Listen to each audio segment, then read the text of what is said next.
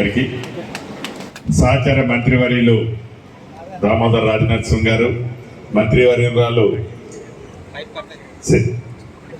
సురేఖ అక్క, ఎంపీ గారు బలరాం గారు, ఎమ్మెల్యే గారు మురళి గారు, రామచంద్ర నాయక్ అన్న, రాజన్న, ఎమ్మెల్సీ గారు సారన్న, అదే రకంగా నాగరాజన్న, ఇంకా నలుగురు చైర్మన్లు ఉన్నారు వారందరికీ, అదే రకంగా జిల్లా కలెక్టర్ గారు, ఈ కాలేజీ ప్రిన్సిపాల్ గారు, సూపరింటెండెంట్ గారు, ఇంకా అనేక మంది డాక్టర్లు, technical team, non technical team, ఇంకా మెడికోస్ కూడా ఉంటారు కొంతమంది, వారికి ముఖ్యంగా నా కుటుంబ సభ్యులందరైన కార్యకర్తలు, ఆడబిడ్డలు, అన్నదమ్ములు, ప్రింట్ అండ్ మీడియా మిత్రులు అందరికీ మనస్ఫూర్తిగా పేరు పేరున శిరస్సు వంచి హృదయపూర్వక నమస్కారాలు, వందనాలు. చాలా సంతోషం. ఇప్పుడే మంత్రులు అందరం కలిసి ఈ ఎమ్మెల్యే గారి సారథ్యంలో మెడికల్ కాలేజీని 160 బెడ్ల హాస్పిటల్ని ఓపెనింగ్ చేసుకోవటం జరిగింది. మొదటి బ్యాచీగా 50 మంది అడ్మిషన్ కూడా అయింది. రాబోయే కొద్ది రోజుల్లో క్లాసులు కూడా స్టార్ట్ కాబోతున్నాయి. వారందరికీ కొత్త బ్యాచ్ మెడికోస్ అందరికీ కూడా రాష్ట్ర ప్రభుత్వ పక్షాన అభినందనలు తెలియజేస్తూ, ఏదైతే కొత్త కాలేజ్ ఉందో ఈ కొత్త కాలేజీకి కావలసిన అన్ని ఫ్యాకల్టీస్, అన్ని ఫెసిలిటీస్ ఈ ప్రభుత్వం ఇవ్వడానికి ఉంది. మాటలతో కాకుండా చేతలతో ప్రతి కార్యక్రమం గౌరవ ముఖ్యమంత్రి రేవంత్ రెడ్డి గారి నాయకత్వంలోని ఈ ప్రభుత్వం తెలంగాణ రాష్ట్రంలో ఇచ్చిన హామీలతో పాటు సందర్భాన్ని బట్టి ఇవ్వని హామీలను కూడా చేసే దిశగా మన ప్రభుత్వం ఈనాడు ప్రయాణం చేస్తుంది. కొన్ని విషయాలు ఇది వేదిక అవునా కాదా అన్నది ఒక నిమిషం పక్కన పెడితే, కొన్ని విషయాలు మనం నిజాలు మాట్లాడుకోవాల్సిన అవసరం ఉంటుంది. మార్పు కావాలని ఇందిరమ్మ రాజ్యాన్ని తెచ్చుకున్న తర్వాత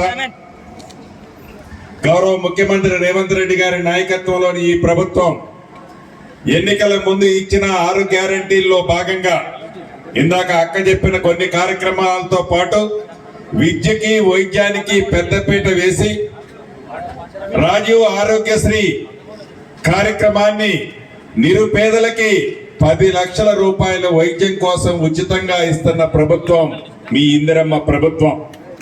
అంతేకాదు అనేక కార్యక్రమాల్లో విద్య విషయంలో కూడా అమ్మ ఆదర్శ పాఠశాలను ఏర్పాటు చేసి, కమిటీలు ఏర్పాటు చేసి, ఆ కమిటీల ద్వారా సుమారు 657 కోట్ల రూపాయలు ఖర్చు పెట్టి విద్య పట్ల ఈ ప్రభుత్వం యొక్క చిత్తశుద్ధి ఎలా ఉందో మీరు ప్రత్యక్షంగా ఈ ప్రభుత్వం యొక్క ఆలోచన ఏంటో మీరు ఈ విద్యా సంవత్సరం నుంచి చూస్తున్నారు.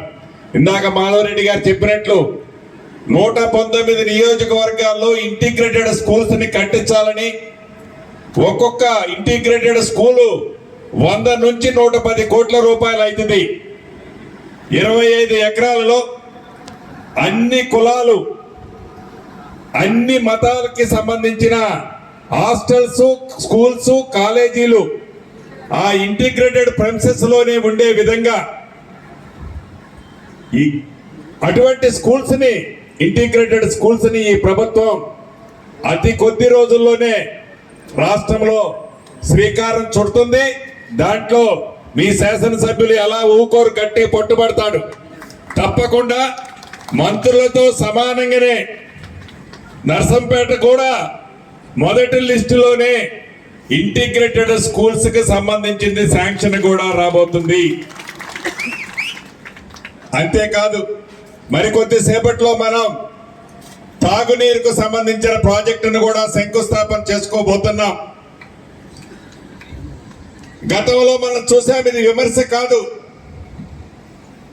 ఆనాడు 10 సంవత్సరాలు పరిపాలించిన ప్రభుత్వం ఇదిగో మిషన్ భగీరథ ద్వారా మీకు అద్భుతమైన నీళ్ళు ఇస్తున్నామని చెప్పి ఆ ప్రభుత్వం మారి ఇందిరమ్మ రాజ్యం వచ్చిన తర్వాత గ్రామీణ ప్రాంతాల్లో సర్వే చేయించితే మీ ఇళ్ళకి ఎంతమంది ఇళ్ళకి మంచినీరు వస్తున్నాయని సర్వే చేయించితే సుమారు 53% ఇళ్లకి మంచినీరు రావటం లేదనేది మొన్న సర్వేలో తేలింది. అంటే ఆ ప్రభుత్వం మిషన్ భగీరథ సుమారు 46,000 కోట్లు ఖర్చు పెట్టి ఏదైతే మిషన్ భగీరథ కార్యక్రమాన్ని అద్భుతంగా చేశామని చెప్పిన ఆనాటి పెద్దల కార్యక్రమం ప్రజల కోసం చేశారా, వారి ఖజానా నింపుకోవడం కోసం చేశారా అన్నది సామాన్య ప్రజలని మొన్న అడిగినప్పుడు అర్థమవుతుంది. దాన్ని ఆర్పాటాలకో గొప్పలు చెప్పుకోకుండా నిజాన్ని ప్రజలకు తెలియచేసి ఏ గ్రామాల్లో అయితే, ఏ పట్టణాల్లో అయితే, ఏ నియోజకవర్గాల్లోనైతే మంచినీరు ఇప్పటికీ ఇవ్వలేకపోతున్నామో అటువంటి గ్రామాలకి తప్పకుండా మంచినీరు ఇవ్వాలన్నదే ఈ ప్రభుత్వం యొక్క చిత్తశుద్ధి. గౌరవ ముఖ్యమంత్రి రేవంత్ రెడ్డి గారి నాయకత్వంలోని ఈ ప్రభుత్వం రైతన్నల విషయంలో మొన్న బడ్జెట్లో చూశారు, సుమారు 72,000 కోట్ల రూపాయలు కేవలం వ్యవసాయానికి సంబంధించిన పద్ధతుల కోసం ఈ బడ్జెట్లో ప్రవేశపెట్టడం జరిగింది. ఇందిరమ్మ రాజ్యం వస్తే రైతన్నలకు 2 లక్షల రూపాయలు రుణమాఫీ చేస్తామని చెప్పిన మాట నిజం. దాంట్లో భాగంగా కేవలం 27 రోజుల్లో 18,000 కోట్లు 23 లక్షల మంది రైతన్నలకి ఇచ్చిన ప్రభుత్వం కూడా ఇందిరమ్మ రాజ్యంలో మీ ప్రభుత్వం, గౌరవ ముఖ్యమంత్రి రేవంత్ రెడ్డి గారి నాయకత్వంలోని ప్రభుత్వం. ఇంకా ఇవ్వాల్సి ఉంది 12,500 నుంచి 13,000 కోట్లు. వివిధ కారణాల చేత, టెక్నికల్ గా కొన్ని సమస్యల చేత డబ్బు ఇవ్వలేదు తప్ప వాటిని కూడా రాబోయే కొద్ది రోజుల్లో పరిష్కరించి అన్న మాట ప్రకారం 31,000 కోట్ల రూపాయలకి ఇంకా కావాలంటే 200-300 కోట్లు ఎక్కువైనా పర్వాలేదు, అర్హులైన ప్రతి రైతన్నకి ఈ ప్రభుత్వం చిత్తశుద్ధితో 2 లక్షల రూపాయల వరకు రుణమాఫీ చేస్తుంది. ఇది జీర్ణించుకోలేని ప్రతిపక్షం అని చెప్పుకుంటున్న నాయకులు ఈరోజు వారి 10 సంవత్సరాలలో ఏం చేశారో మనకు తెలియంది కాదు. కేవలం గుడ్డ కాల్చి ఈ ఇందిరమ్మ ప్రభుత్వం ఈ పేదోడు ప్రభుత్వం మీద గుడ్డ కాల్చి వేసి చూపిస్తున్నారు తప్ప వారిలో చిత్తశుద్ధి ఎంతుందో, వారు ఆ 10 సంవత్సరాల్లో ఎలగబెట్టినాడు, వారి పరిపాలన ఎలా ఎలగబెట్టారో ప్రత్యక్షంగా మనం చూసాం. ఇందాక అక్క చెప్పింది, నా ఆడబిడ్డల్ని తెలంగాణ రాష్ట్రంలో ఇప్పటి వరకు వివిధ గ్రూపుల్లో 63,000 మంది ఉన్నారు. రాబోయే రోజుల్లో 1,00,000 మంది ఆడబిడ్డల్ని 63 లక్షల మంది ఉన్నారు. రాబోయే రోజుల్లో 1 కోటి మందిని 1 కోటి రూపాయలు కోటీశ్వరులు చేసే ప్రభుత్వం కూడా ఇందిరమ్మ ప్రభుత్వం. ఆ దిశలో ఈనాడు ఈ ప్రభుత్వం పనిచేస్తుందన్నది మీరు మర్చిపోవద్దు. ఒకటైతే నిజం, ఇది పేదోడి ప్రభుత్వం. ఇందిరమ్మ ప్రభుత్వంలో రాబోయే కొద్ది రోజుల్లోనే, అంటే ఈ నెలాఖరులో కానీ వచ్చే నెల మొదటి వారంలో కానీ తెల్ల రేషన్ కార్డులు, అదే రకంగా ఆరోగ్యశ్రీ కార్డులు 2 విడివిడిగా స్మార్ట్ కార్డ్స్ అర్హులైన ప్రతి ఒక్కళ్ళకి ఈ ప్రభుత్వం ఇవ్వనుంది. అదే రకంగా ఇందిరమ్మ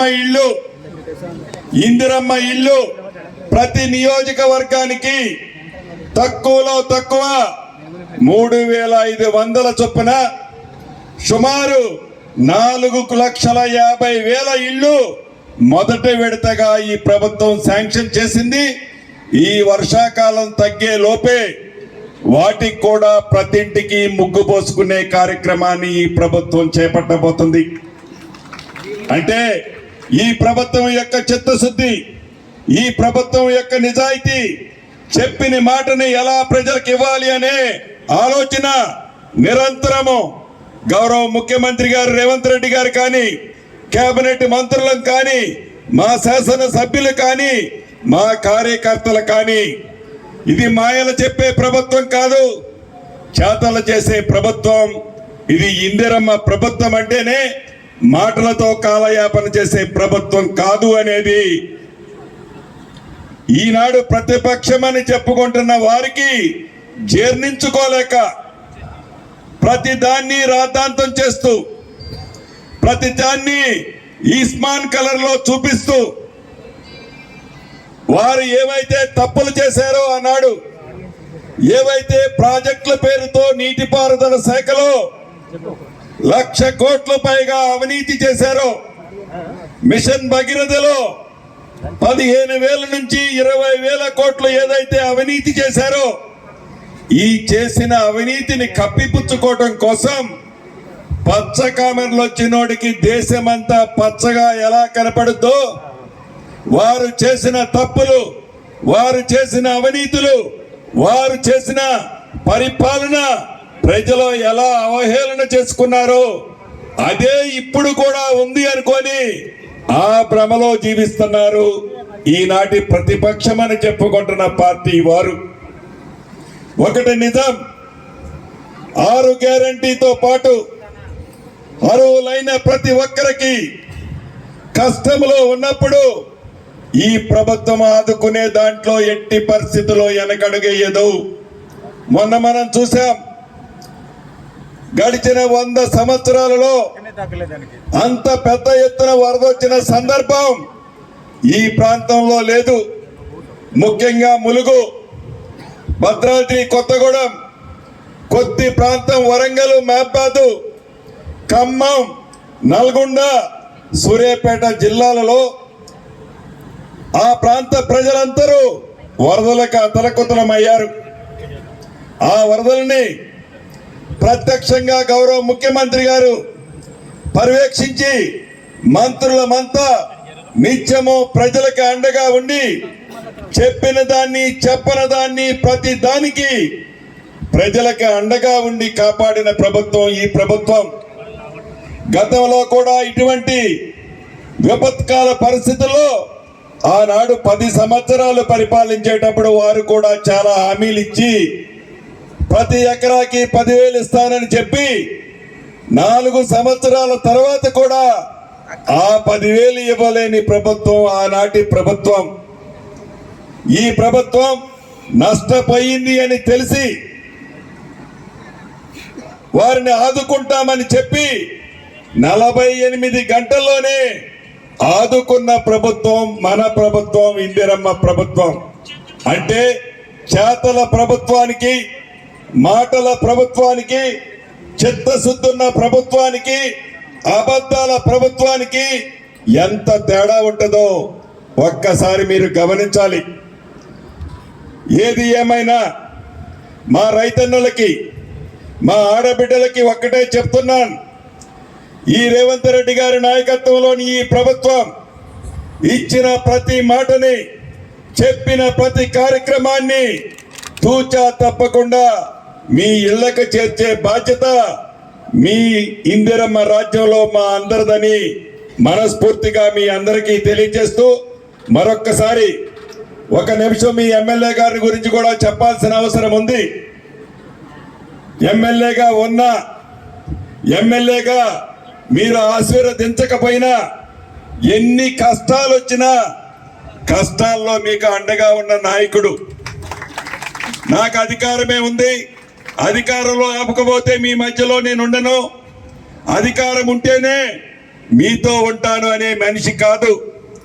కష్టము ఉన్ననాడు మీరు కష్టాల్లో ఉంటే ప్రత్యక్షంగా వచ్చి నిలబడే నాయకుడు కాబట్టే మీరు ఈనాడు ఇంత పెద్ద మనసుతో పెద్ద ఎత్తున ఆశీర్వదిస్తున్నారు. భవిష్యత్తులో తప్పకుండా మాధవన్నకి ఈ ప్రభుత్వం అన్ని వేళలా మీ మాధవన్న ద్వారా మీకు, మీ ద్వారా మేమంతా మాధవన్నకి అండదండలుగా భవిష్యత్తులో తప్పకుండా ఉంటామని, మాధవన్నని మంత దీవించాలని మీరు మనస్ఫూర్తిగా కోరుకుంటూ మీ అందరి దగ్గర సెలవు తీసుకుంటున్నాను.